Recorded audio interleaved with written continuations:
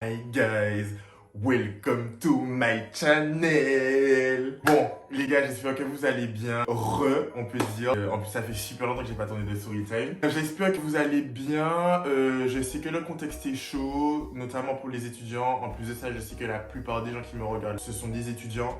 Donc j'espère que vous tenez le coup, je sais que c'est chaud, autant que faire se peut, je vous envoie du courage et de la force parce que je suis dans la même position que vous et je sais que c'est chaud. Je me suis dit que voilà quoi, je pouvais tourner une petite vidéo, que c'était le moment pour rire un peu.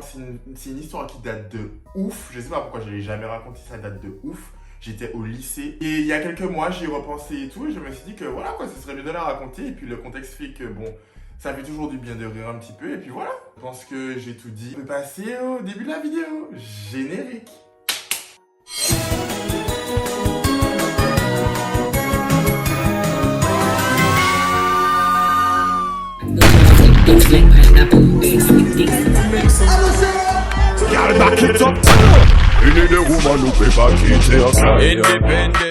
Alors. Bon, je pense qu'on peut commencer l'histoire, on est là pour ça. Quand j'étais en première, mon lycée organisait un espèce de voyage de classe. Et en gros, on allait chaque élève allait dans une famille. Il y avait un groupe qui partait au Minnesota et un groupe qui partait au Wisconsin. Et moi, je suis parti au Minnesota. Et j'étais dans une famille, du coup, au Minnesota. On est parti avec notre classe, on était tous super excités. Qui on allait avoir dans notre famille, comment ça allait se passer. Dans chaque famille, il y a un enfant qui est censé faire l'échange avec toi, qui, genre, quand tu vas dans sa famille, 4 mois après, ils étaient censés venir en Martinique dans notre famille. Bref, ça s'est pas passé comme ça pour moi, mais bon, il y a tellement de choses à dire. Bref, donc, du coup, je vais comme tout le monde, je vais dans ma famille au Minnesota. J'arrive au Minnesota, tout le monde, il y a la famille qui attend les gens et tout, les darons, le jeune et tout, enfin, tout le monde est là en mode welcome quoi, genre, tout le monde est là et tout. Moi, c'est la daronne qui m'attend et tout. Super gentille, franchement, premier avis sur elle, elle était super sympa. Elle me ramène, sur la route, on va faire des courses. Elle me demande à peu près ce que j'aime manger. Moi, je connais pas trop, je n'ai pas de façon spécialement variée, tu vois, donc je savais pas trop quoi dire à la dame. On achète 2-3 trucs, on n'achète pas grand chose. Et on retourne à la maison. Quand j'arrive à la maison, il y a un petit garçon et il y a la fille, une fille. Mais du coup, la fille était elle-même, j'ai oublié de quel pays elle venait, mais elle était elle-même en échange en fait. Du coup, elle n'allait pas du tout venir en Martinique parce qu'elle est elle-même en échange de base. Mais bon, elle était quand même responsable de moi dans l'échange. C'était un petit peu compliqué, je ne sais pas pourquoi, mais bon, voilà. Enfant d'Eda, c'était une meuf qui était en échange, mais elle avait à peu près mon âge. Du coup, c'est elle qui était responsable de moi. On fait connaissance et tout. Franchement, je vais pas mentir, le premier jour, j'avais pas forcément d'avis sur eux. Ils avaient l'air sympas, la fille avait l'air, c'était plutôt sympa, voilà quoi. Et puis le premier jour, on n'a pas fait grand chose. On a fait un premier dîner en famille et du coup, pour se présenter un peu. Le premier dîner se passe bien, à part un moment où genre le monsieur me fait... on parle de comment la semaine va se dérouler. Et le monsieur, il me fait une réflexion en mode, j'ai dit, ouais, we're gonna have fun, enfin, genre, on va s'amuser, tu vois. C'est pas le monsieur, regarde ça, la fille qui est en échange, qui est responsable de moi, qui n'est pas sa fille. Et il me regarde aussi, enfin, ils nous regardent tous les deux, but not too much fun.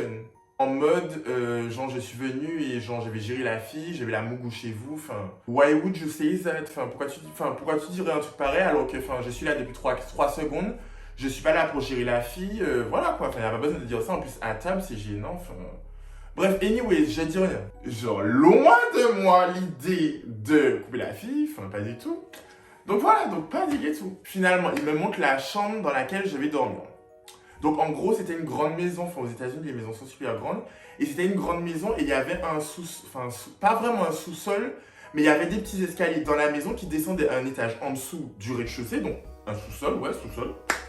Et donc, dans le sous-sol, il y avait une espèce de salle de jeu pour l'enfant et il y avait une chambre, une espèce de chambre d'amis. Il m'explique que c'est là que je vais dormir. Il y avait un gros chien et tout dans la maison, enfin ils avaient un chien et tout parce que moi j'avais dit que j'avais pas peur des animaux, donc j'avais pas de problème avec une famille qui avait un chien, que même ça m'arrangeait. Du coup, ils avaient un chien. Et le monsieur m'explique que c'est là, en fait que le chien dort. Est-ce que ça me dérange de dormir avec le chien? Avec le recul, je trouve ça super mal élevé parce que je viens d'arriver, gros, tu me proposes de dormir dans la chambre du chien. Moi, sur le coup, j'ai pas fait l'hypocrite. J'ai dit au gars, banco, y a pas de problème. J'adore les chiens, genre vraiment, j'aime trop les chiens. Je suis allergique aux chiens, mais j'aime trop les chiens. Franchement, j'aime trop les chiens. Donc, Dormir avec un chien, franchement, je m'en foutais, surtout qu'il dort pas sur le lit avec moi, tu vois. Donc, je m'en foutais qu'il y ait un chien, au pire, il me réveille, enfin, ça me dérange pas, tu vois. Mais avec le recul, tu invites quelqu'un chez toi, tu lui dis pas, tu vas dormir dans la chambre du chien, avec le chien en plus de ça, enfin, c'est pas, enfin, ça se dit pas, tu vois. Et il était pas gêné de me demander. C'est bien tombé dans mon jardin parce que j'aime les chiens. Mais c'est pas tout le monde à qui tu dis ça que la personne est en mode, elle le prend bien. Whatever. Ma première nuit,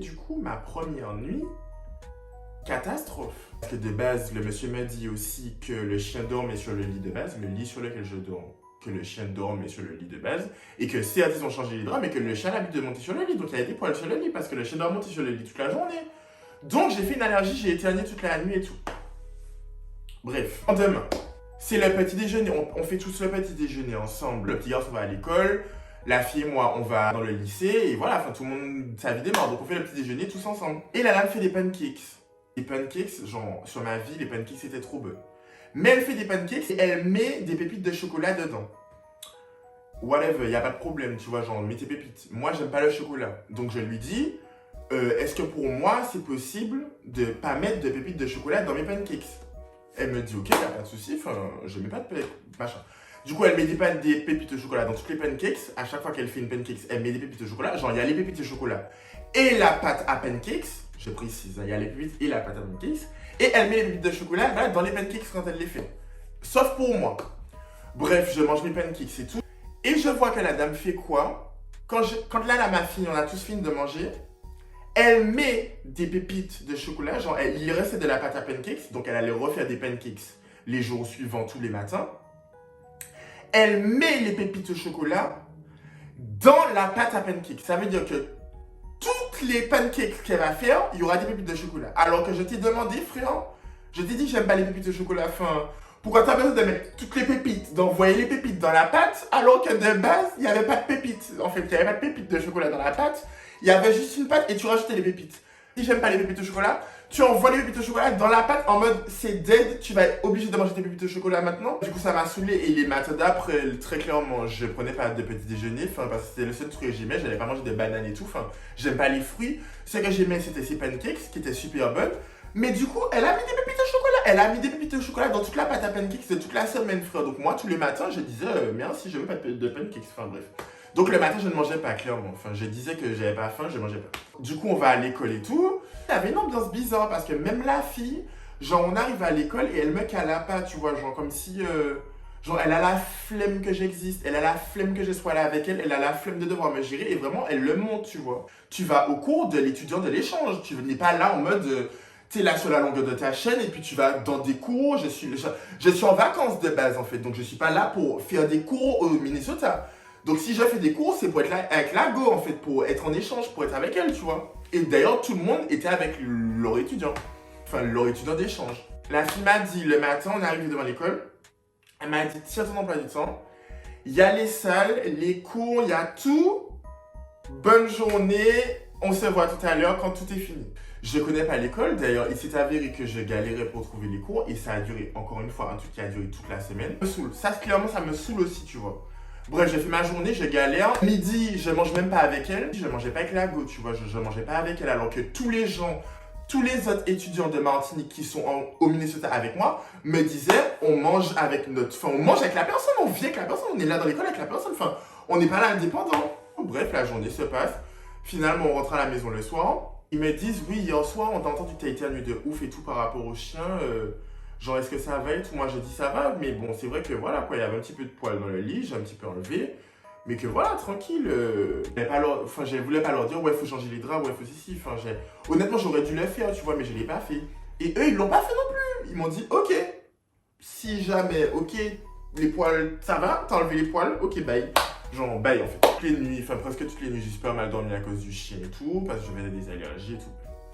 La soirée passe, on a fini de dîner et tout, il doit être 21h, 22h. Il commence à dire, ouais, on va à l'église. Très bien, enfin, moi j'avais pas prévu ça, tu vois, genre j'avais pas prévu d'aller à l'église, tu vois. Pourquoi tu irais à l'église à 22h un lundi, voilà, bizarre, étrange, mais... Jusque-là, tout va bien, il n'y a pas de problème, on va à l'église. Finalement, on est allé à l'église vers 22h. On était dans le toit de l'église, on parlait. on parlait de religion et tout, machin. J'étais là, je comprenais pas tout parce que bien évidemment c'était en anglais, tu vois, mais voilà, j'étais là. Anyways, donc là ça se passe, on est rentré vers minuit, j'ai dormi, encore une fois, bref, aller au chien et compagnie. Je me réveille, la fille ne me calcule pas. Je vais à l'école, je fais ma journée, toujours pareil et tout. Le soir, on retourne à l'église. Dîne et tout. Et on retourne à l'église à vers 22h, 23h, le lendemain. Donc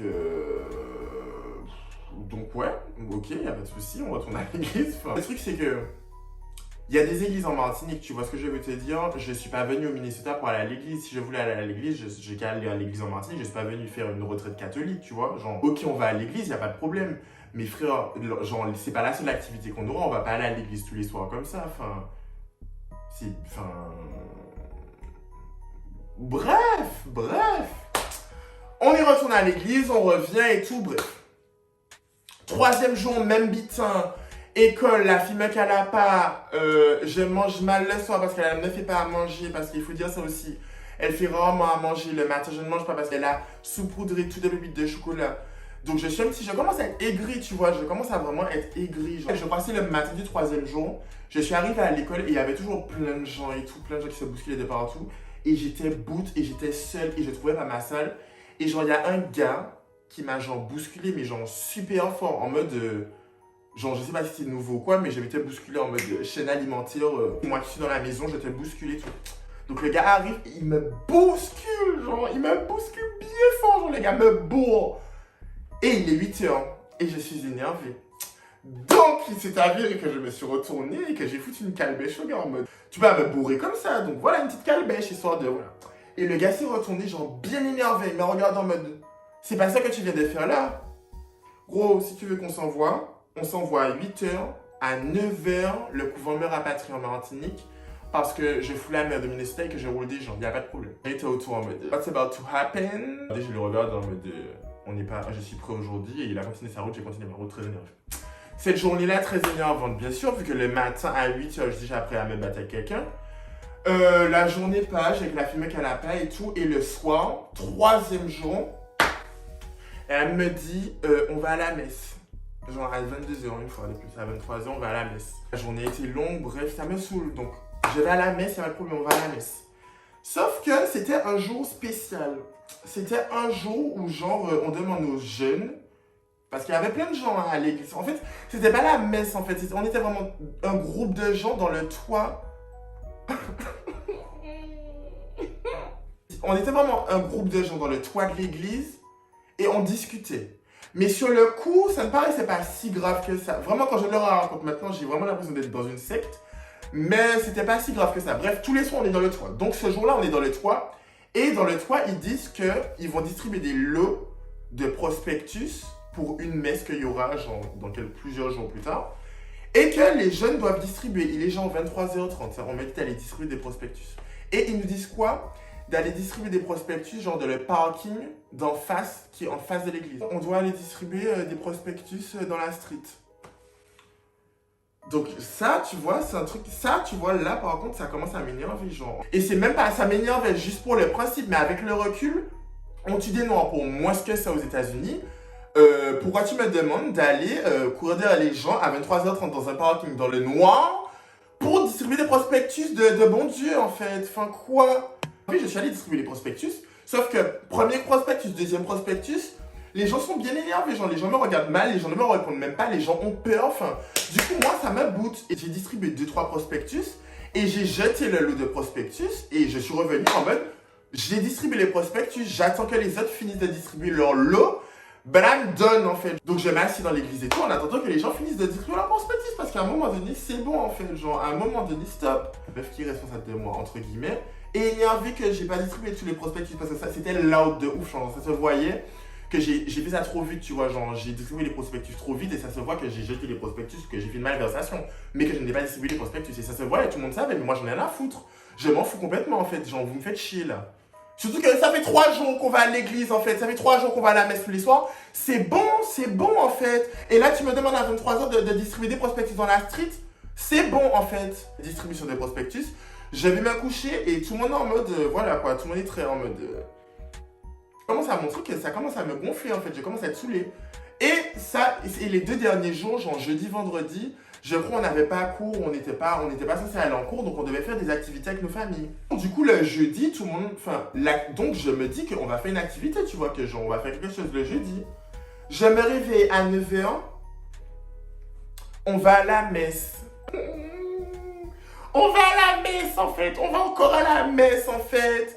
4e jour à 9h, maintenant on a changé l'horaire, on va à la messe le matin en fait. Donc moi je suis bien tendu, je suis assis à l'église, mais déjà je comprends pas la moitié de ce que le pasteur dit. Enfin, c'est en anglais, j'essaie de me débattre, mais c'est bon, enfin, ça fait 3-4 fois qu'on va à la messe. Vous m'avez rien fait faire à part aller à l'église, on vous a envoyé en fait. Vous êtes trop pété de me faire que ça comme activité en fait. Je vous ai pas dit que c'est que ça que je veux faire, vous êtes malade. Donc je suis assis dans l'église et c'est bon, je suis saoulée. Et la fille arrive près de moi. Et là, genre la fille veut me le prendre avec moi en mode... bon alors, j'ai ça à te dire, je vais être très honnête avec toi. Tu t'habilles pas assez quand on va à l'église. Hier, t'as pas distribué tous les prospectus. Tu t'habilles pas assez dans la vie de famille. À l'école, tu me dis tout le temps, tu m'envoies tout le temps des messages pour me dire que tu te perds et tout, t'es pas indépendant, nanana. Dans l'église, la fille me lave dans l'église. Donc je lui ai dit, écoute, je ne crois pas que si en anglais, dans un anglais banane, Real Housewife of Minnesota, on est vraiment dans l'église, on vient notre linge sale dans l'église, la fille est vraiment malade. Donc je lui ai dit, frère, on est dans une église, on est dans un lieu sacré, peut régler ça, c'est pas maintenant. Et moi, je suis désolée, mais je pensais qu'on allait avoir d'autres activités. On va à l'église tous les jours. Enfin, moi, je suis pas venue pour ça, tu vois. Genre, je suis pas en train de critiquer ce que vous faites, mais moi, je suis pas venue pour ça, frère. En plus de ça, tu veux m'attraper à 9h dans l'église et tu m'as dit que je suis pas assez indépendant, alors que, frère, je ne connais pas l'école. Tous mes potes ont des cours avec leur correspondante. Frère, non seulement t'es pas correspondante, mais en plus de ça, j'ai pas cours avec toi. Donc, quoi, en fait, genre. Et en plus, tu as le culot de me faire des reproches. Non, mais c'est abusé. Donc, j'étais très énervée et je lui ai dit clairement de me déposer dans l'église, en fait. Et m'envoyer monter dans l'église et tu auras honte. Donc, finis avec moi, en fait. Finis avec moi. L'église finie, on rentre et tout. Ils font un barbecue, genre, dans leur jardin.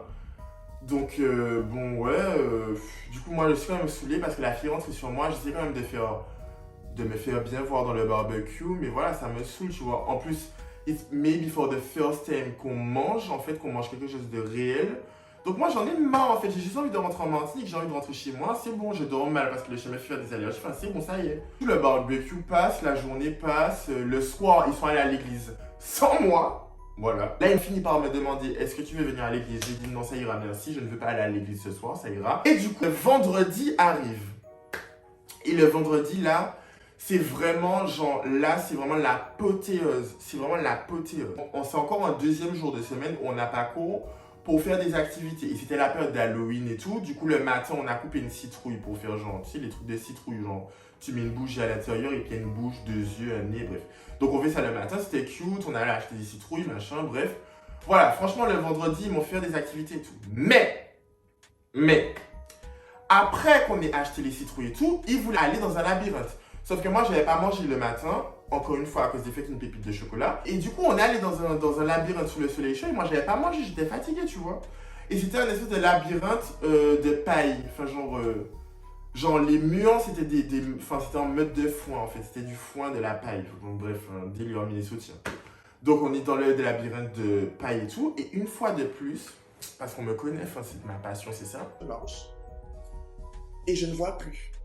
Genre, je ne vois plus, genre, j'ouvre mes yeux, je suis là, je marche et je vois plus rien devant moi. Genre...